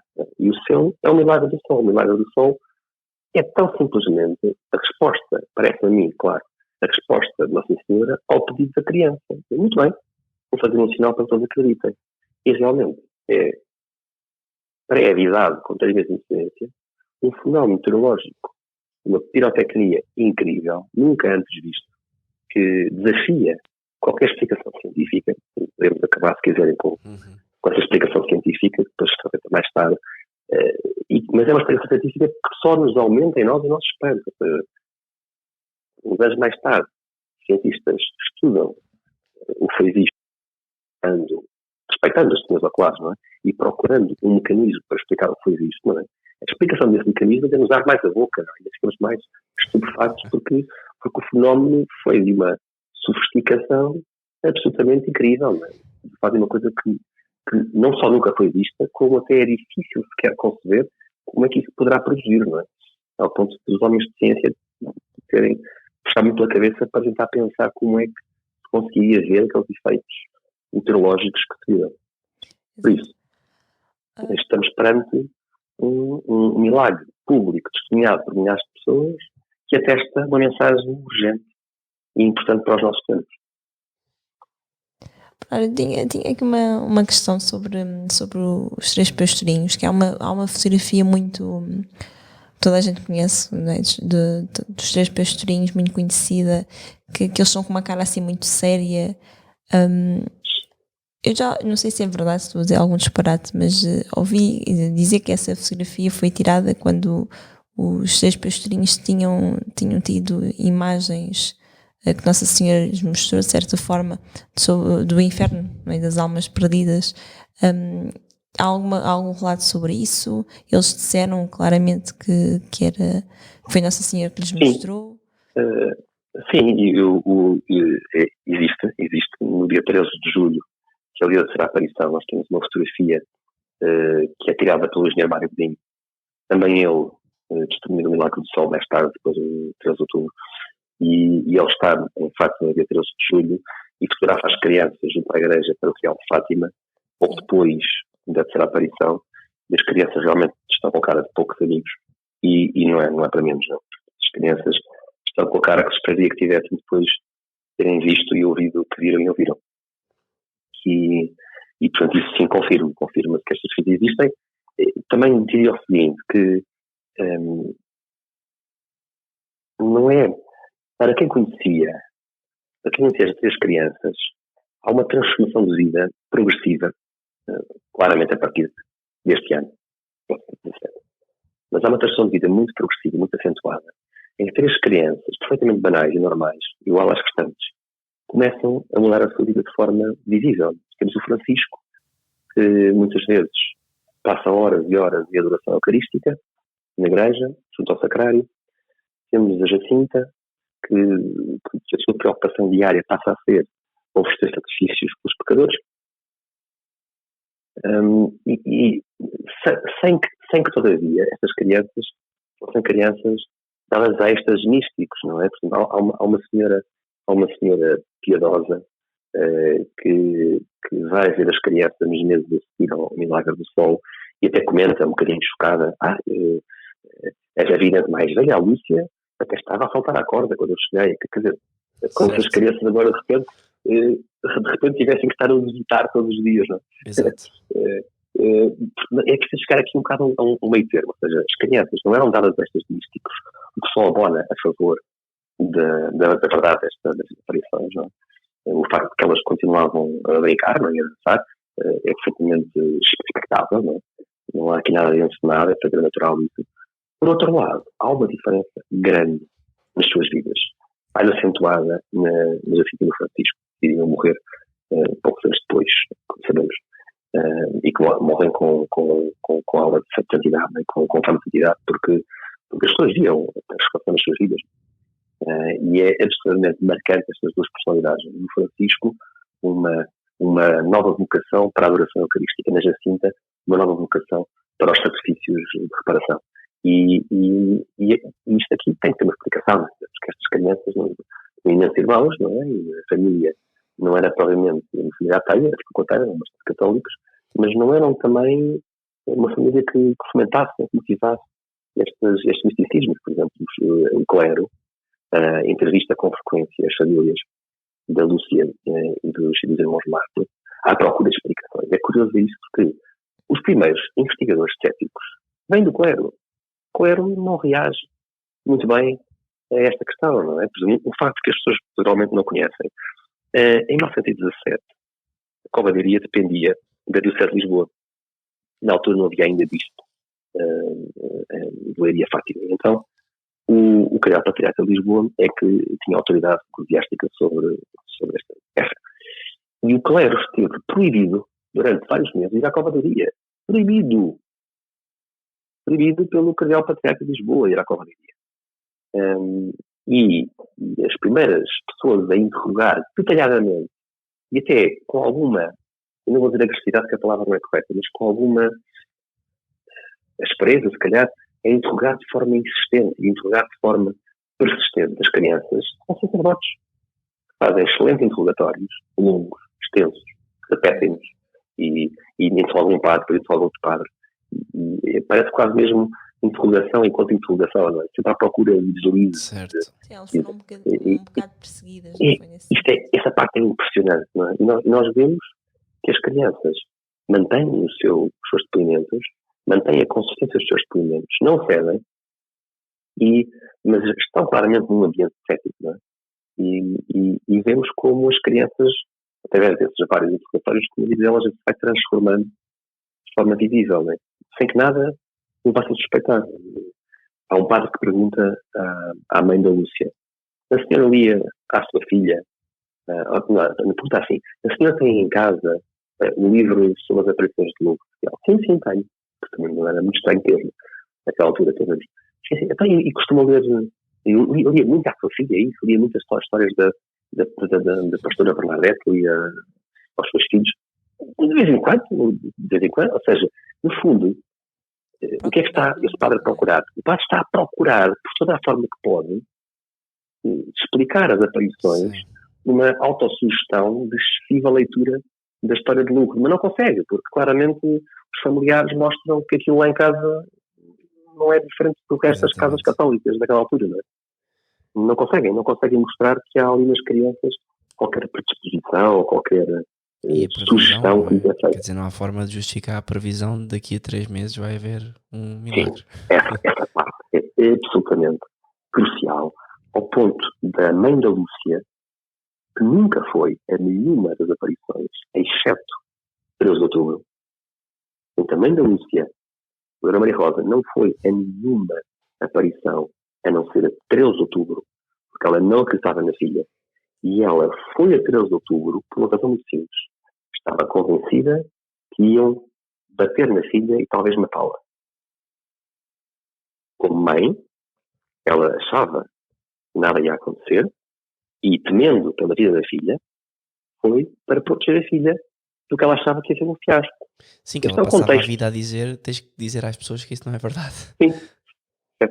Era uma grande vergonha para a família da Lúcia. Uma grande vergonha. Quer dizer, é uma simplicidade, uma vida simples, é a simplicidade dos santos, não é? Completamente, mas completamente.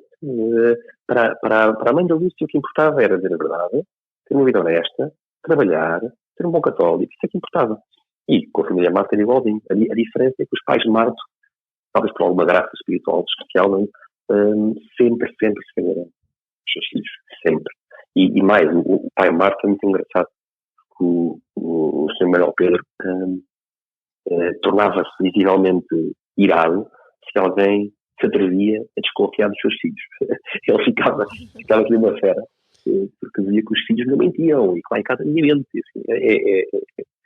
Assim, realmente... O homem antigo a defender a honra da casa. É mesmo isso. É mesmo isso. E quanto mais se lê, mais se estuda, mais nós ficamos absolutamente boquiabertos com esta coisa maravilhosa que aconteceu em Fátima. E para mim tem sido, às vezes vi uma página e fico parado naquela página. Como é que é possível? Fico assim. Pronto, é o oposto da ideia que nós temos de Fátima, completamente. Então, dizer, completamente. E quanto mais se estuda, mais se descobre. Sem dúvida.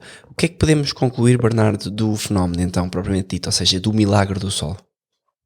Eu concluiria o fenómeno lendo-vos aqui um excerto daquela que eu acho que até agora é a melhor explicação científica do mecanismo que produziu aquele fenómeno. Ok. Esta explicação é dada pelo já falecido padre Stanley Aki, que eu já referi. O padre Aki, já agora, para quem não conhece, o padre Aki doutorou-se em Teologia em Roma, nos anos 50, e doutorou-se em Física nos Estados Unidos. E o seu orientador de doutoramento foi nada mais nada menos que o Prémio Nobel da Física, o Victor Hess. Descobriu os raios cósmicos. O padre Aki, portanto, doutorou-se com um Prémio Nobel nos Estados Unidos e fez trabalho de laboratório durante muitos anos. E o padre Aki, depois do seu doutoramento, do seu trabalho na área da Física e da Cosmologia, interessou-se pela história da ciência durante muitos anos. Foi professor de História da Ciência, publicou inúmeros livros nessa área, as origens da ciência, e como eu disse ao início, foi já depois na sua reforma que publicou o Milagre do Sol. E o padre Aki terá certamente descoberto o trabalho nos anos 60 de um matemático de Coimbra, o professor Diogo Pacheco de Amorim. Nós falámos no professor João da Garrett, que foi testemunho ocular, foi a primeira pessoa que disse que o fenómeno seria meteorológico, mas depois nos anos 60 temos um professor de matemática também de Coimbra, da mesma universidade do professor João da Garrett, que nos anos 60 escreveu um artigo chamado O Fenómeno Solar, de 13 de outubro de 1917, no qual ele propõe uma explicação meteorológica em que ele propõe um mecanismo em que nuvens, para estou a citar, nuvens de pequeníssimos e raros cristais de gelo ou finíssimas poeiras poderiam explicar aquilo que foi observado. Mas o padre Stanley Aki é quem vai mais longe e inclusive escreve um artigo que depois foi publicado na primeira edição da Enciclopédia Fátima, e esse artigo para mim continua a ser a melhor científica, se quisermos, do que foi observado. Eu vou então passar a ler. Força.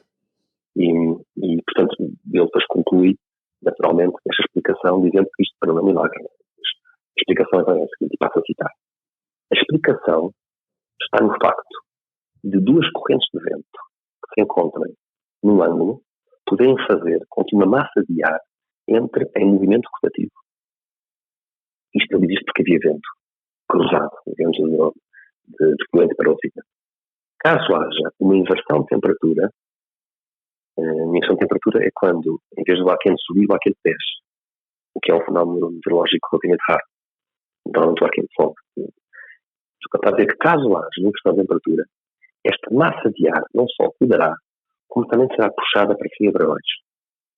E muito provavelmente, seguindo uma órbita elíptica.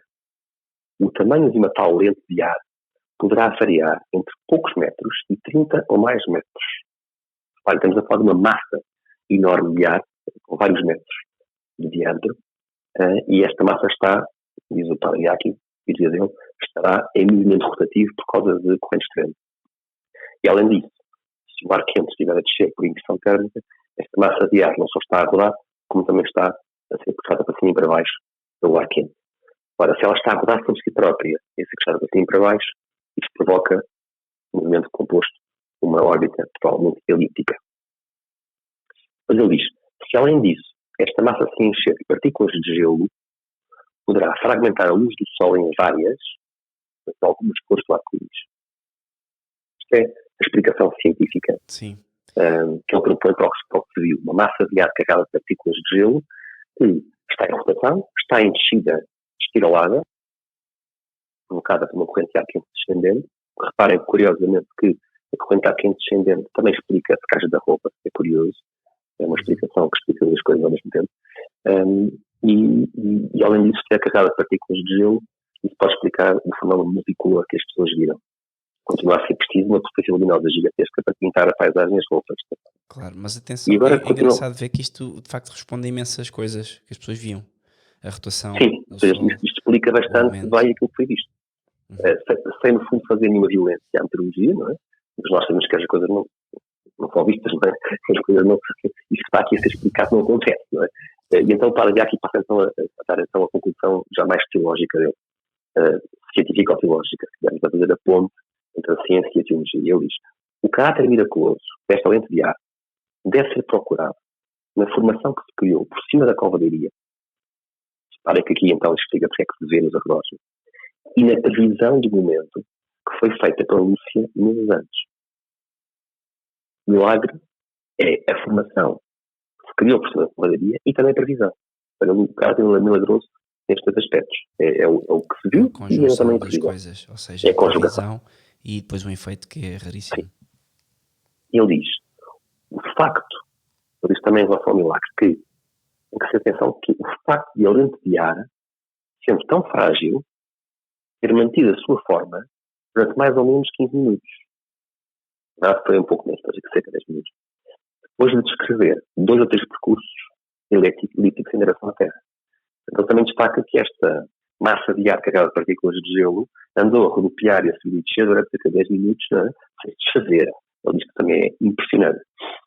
Finalmente ele diz, conclui assim, a explicação do acontecimento por meio de uma lente de ar dá conta, de forma satisfatória, de um complexo conjunto de ocorrências que são miraculosas na medida em que são imprevisíveis. Quer dizer, está tudo dito. Tá. Ao fim e ao cabo, estamos a conjugar o impossível, não é? Uma criança, primeiro é uma criança, não é um meteorologista, não é ninguém, é uma criança ilustrada que de repente diz. Analfabeta, à altura. Exatamente. É um milagre. Ponto. Eu acho que este é um milagre com O mesmo, porque pós-bíblico mais estupendo e mais bem atestado. Sim, sem dúvida, porque apesar de ser 1917 já temos fotografias do juntamento, coisa que Sim. Quantos milagres é que temos com fotografias raríssimos e depois a descrição de tantas pessoas, quer dizer, é impressionante. Sobre o dilúvio temos temos um que não é um milagre, antes um castigo, mas temos um relato, certo? Um relato bíblico. Aqui temos também uma aparição de uma manifestação divina e acaba por estar relatada pelas pessoas que estão lá. Se nós formos ver bem, não é? Os vários milagres que a Igreja atesta são milagres muitas vezes escuras, que são atestados por quem? Pela pessoa curada, por um padre e por mais uma testemunha duas. Isto é o padrão típico dos milagres que a Igreja atesta ao longo dos séculos. Não é? Existe a pessoa intervencionada, não é? A pessoa que pediu isso foi curada, e existe um padre, tipicamente para representar a Igreja, não é? E existe uma testemunha, um notário, às vezes, um advogado, alguém que está ali para representar o poder civil ou para poder atestar a cura, não é? Isto é o que nós temos, e é muito bom, não é? Para muitos milagres que a Igreja reconhece, não é? Aqui temos milhares de pessoas, das quais chegaram até nós 2 centenas de documentos escritos. É bastante. Se quiseres, agora já estamos a chegar a 1h30 do podcast, também para não tornar demasiado longo para quem nos está a ouvir, qual é que achas que é o grande sumo? Tu escreveste um livro, continuas a investigar sobre o milagre do sol e não só, sobre o Fátima. Qual é o grande sumo que tiraste de tudo que tens aprendido? Ou seja, de certeza tens montes de lições pessoais que tiraste. O que é que achas que é importante partilhares para quem possa estar a ouvir? Se eu tivesse que resumir numa frase, eu resumiria tal como Nossa Senhora disse às crianças logo a 13 de maio na primeira aparição. Nossa Senhora começou com uma coisa muito simples, só depois é que na terceira aparição evoluiu para a mensagem em 3 partes, ou seja, em 3 partes. E a primeira coisa muito simples que Nossa Senhora disse foi rezem o texto todos os dias. Deus, ao longo da história, encontrou sempre várias formas para nos endireitar no nosso caminho, para nos pôr no caminho certo, para nos aproximar dele e para nos fazer obedecer aos seus mandamentos. E essas várias sugestões de Deus foram ignoradas, muitas pessoas foram desprezadas, foram desobedecidas de forma mais ou menos consciente. E Nossa Senhora aparece no início do século XX, que é o século mais terrível da história da humanidade, em termos de número de mortes. Nunca o ser humano matou tanto o ser humano como o século XX. É absolutamente arrepiante o século XX. Sim, exatamente. Ou seja, é curioso que supostamente isto era o século da grande modernidade, não é? Em que a humanidade já se tinha liberto da forma de pensar cristã, não é? E dos atavismos da religião, não é? Mas é na verdade nesse século sem Deus que nós temos o banho de sangue que nós temos. Muito interessante. Interessante, quer dizer, é horrível, mas é interessante concluir e perceber, interpretar a história assim, não é? Então, a senhora aparece antes, ou melhor, aparece quando esse banho de sangue já está a começar, a Guerra Mundial. Mas aparece ainda antes do fim da Primeira Guerra Mundial e muito antes da Segunda Guerra Mundial.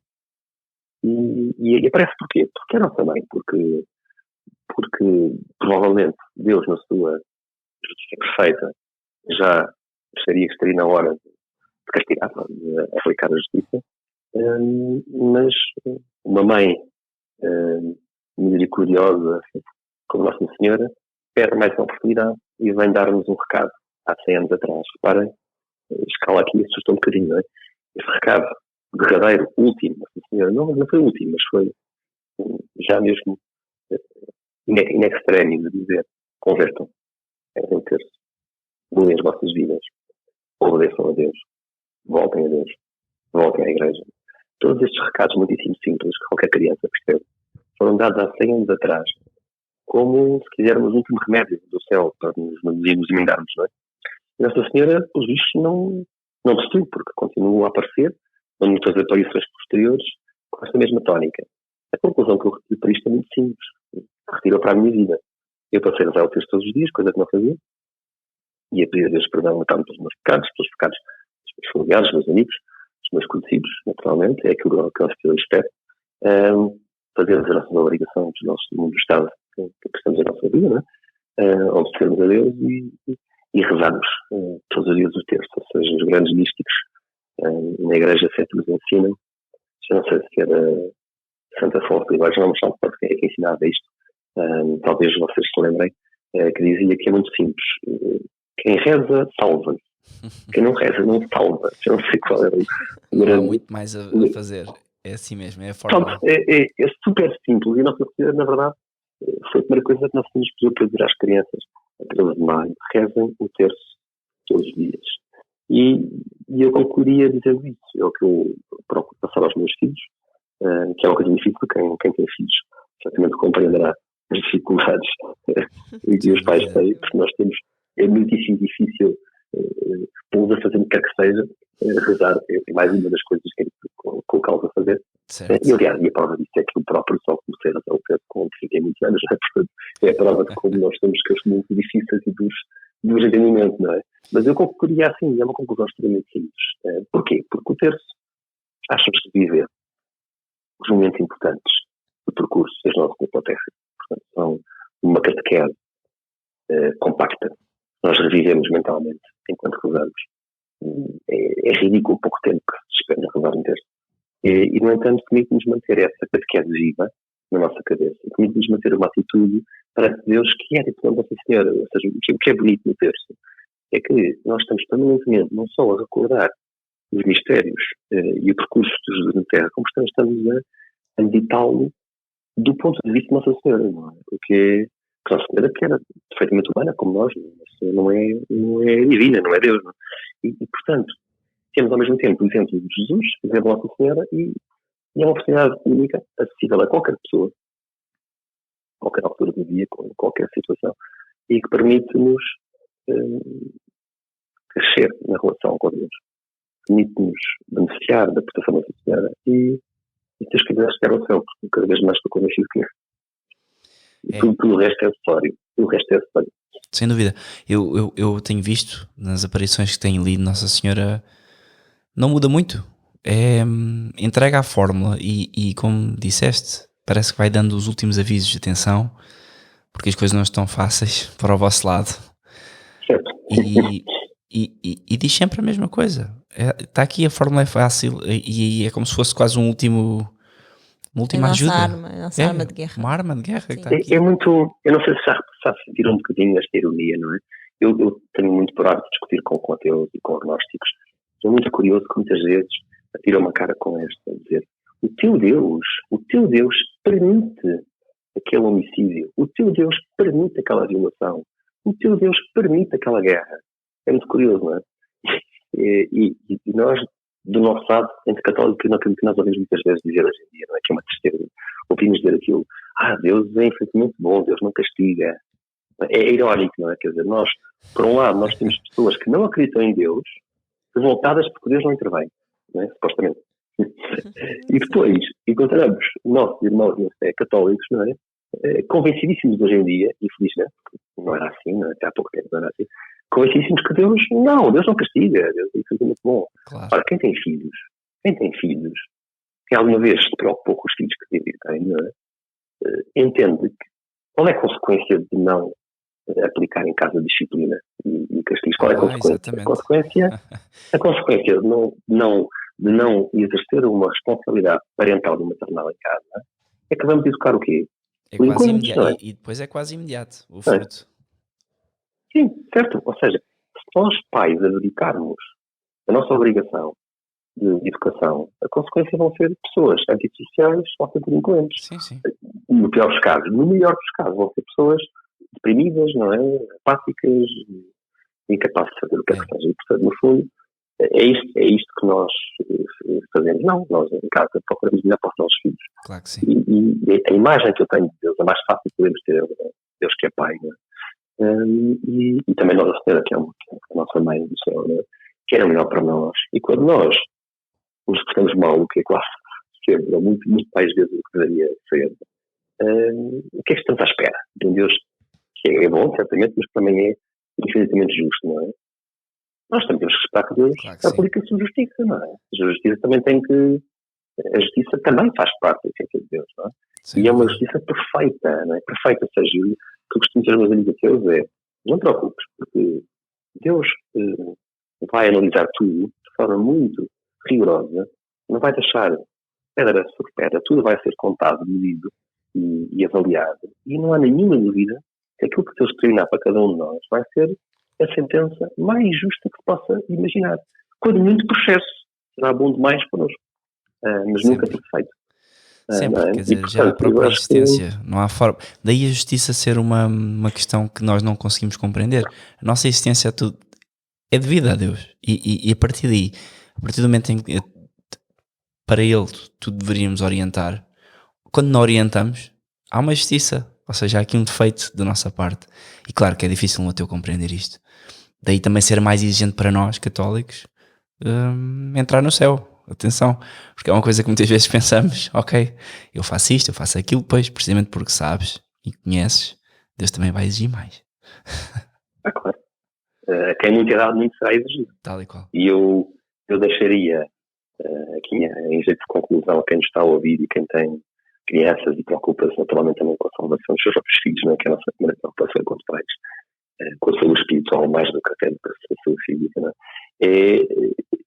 Eu comecei editando, e sem saber muito bem como fazer, comecei a educar as minhas crianças nos primeiros conceitos da fé e receoso até, porque hoje em dia não há um ambiente em que as crianças estejam expostas a uma doutrina clara acerca do céu e do inferno, não é? E eu descobri que as crianças percebem tudo, as crianças são muitíssimo mais transparentes, não têm filtros sociais, não têm preconceitos, não têm ideias pré-concebidas e entendem muito mais facilmente que os atos têm consequências. Os atos bons têm consequências boas, os maus têm consequências más. E um conselho que eu poderia dar é, por favor, nunca infantilizem as vossas crianças no que diz respeito às últimas coisas que a nossa fé nos ensina. Em relação à morte, a primeira coisa que eu procuro sempre fazer, não sou que faço bem, então estou a dizer que estou a fazer um esforço nesse sentido, e que sinto que esse esforço dá frutos. A morte é uma realidade. Todos morremos. Há crianças que morrem também. As crianças precisam estar preparadas para isso, não é? Para a morte, alguém que possa morrer ao pé deles, um amigo, um familiar, alguma coisa. Esconde-se muito as situações limites. É um erro gravíssimo. As crianças têm que ser confrontadas desde a idade da razão, desde os 5, 6 anos, na minha opinião. Desde a razão têm que ser confrontadas com a morte.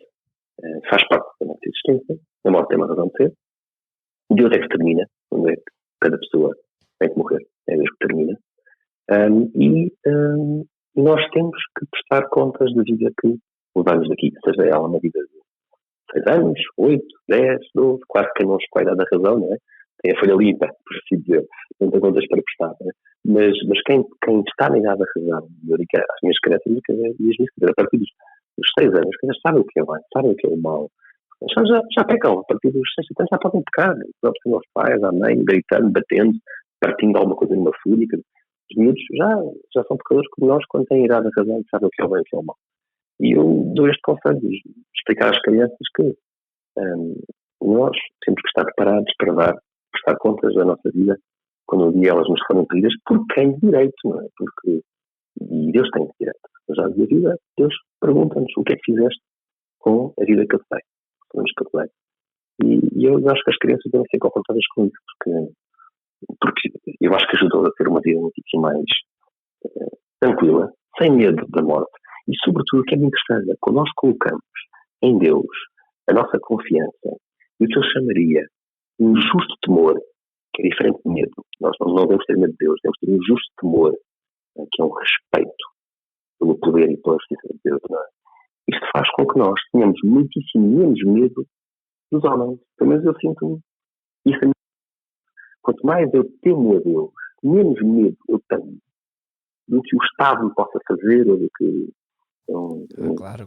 o criminoso me possa fazer. Liberdade em Deus é uma coisa. Liberta. Mas eu sinto uma grande leveza na minha vida quando, a certa altura, concentro o meu temor em Deus.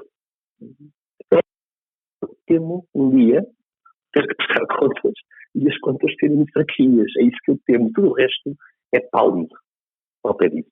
E isso faz com que aquelas coisas que apoquentam como os mortais, guerras, fomes, doenças, são coisas muitíssimo, são coisas importantes, claro, mas muitíssimo mais importantes do que o nosso juízo. Eu acho que, para mim, a mensagem de Fátima, para mim, está a ser esta escola. Que bom. E ainda bem que podes partilhar isso connosco. Eu espero que... É com muito gosto. Eu tinha muito interesse em fazer mais perguntas porque falaste nas datas de 1917 e é engraçado porque... Engraçado? Não é engraçado, mas é curioso que em 1917 também há uma revolução bolchevique e depois da aparição... Não é coincidência, não pode ser coincidência. Não pode ser coincidência. Os erros da Rússia que dava aqui pano para mangas e eu acho que um dia, talvez, se tu estiveres de acordo, um dia falamos noutro episódio mais para a frente, precisamente sobre os erros da Rússia e sobre o terceiro mistério, que eu acho que... Teria todo o gosto. E eu, Ricardo, neste momento estou a reunir aqui alguma documentação, alguns factos para tentar ter esta visão de conjunto do século XX. Uhum. E teria todo o gosto um dia fazermos uma conversa em continuação desta, mais sobre o que é que aprendemos com a história e com as revelações seguintes a partir de 1917. Tenho todo o gosto de fazermos isso. Muito bem. Bernardo, para concluir, quem quiser comprar o teu livro, O Milagre do Sol, o que é que pode fazer? Pode fazer pelo menos duas coisas. Tá? O livro já não será tão fácil de encontrar nas livrarias mais habituais, livrarias físicas. Eu sugeriria, em primeiro lugar, procurar nas lojas online. Não é difícil aí, ou seja, fazer encomenda online do livro e as lojas online encomendam à editora, que é a Lucerna, e as pessoas conseguem facilmente arranjar o livro por essa forma. Se não, caso apareça por algum motivo esgotado em alguma loja online, eu recomendaria enviar um e-mail ou telefonar diretamente para a Lucerna. Eu sei que ainda há uns próximos exemplares da primeira edição ainda por esgotar, e recomendaria essas duas formas para obter o meu livro. Perfeito. Temos aqui já uma indicação de um livro ótimo para ler e com mais detalhes, até porque vão poder ver as fotografias e ler todos. Há muitos mais detalhes que não foram aqui. Muito mais pormenor, não é? Nós não tivemos tempo e já são quase 2 horas de podcast para falar tudo. E eu peço desculpa porque eu falo muito, é um defeito.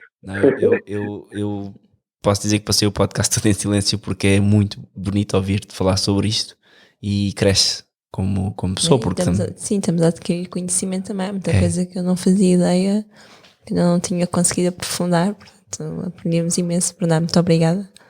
Sem dúvida. Eu que agradeço. Bernardo, é um prazer falar sobre este tema. Então, obrigadíssimo pela tua participação. Vamos conversando, vamos rezando uns pelos outros e pronto, até à próxima. Muito obrigado, podem contar com isso. Obrigado e felicidades. Obrigada.